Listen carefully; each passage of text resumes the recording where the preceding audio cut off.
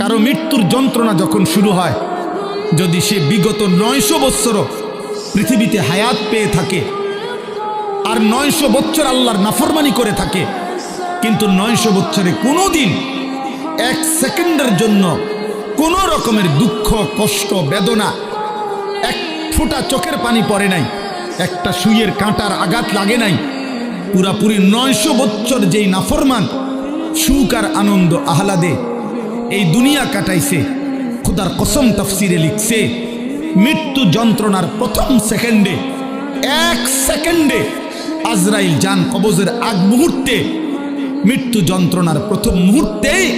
900 বৎসরের সুখ আর আনন্দ নাফরমান ভুলে যাবে, ভুলে যাবে, ভুলে যাবে। পরবর্তী সেকেন্ড যদি তাকে জিজ্ঞেস করা হয়,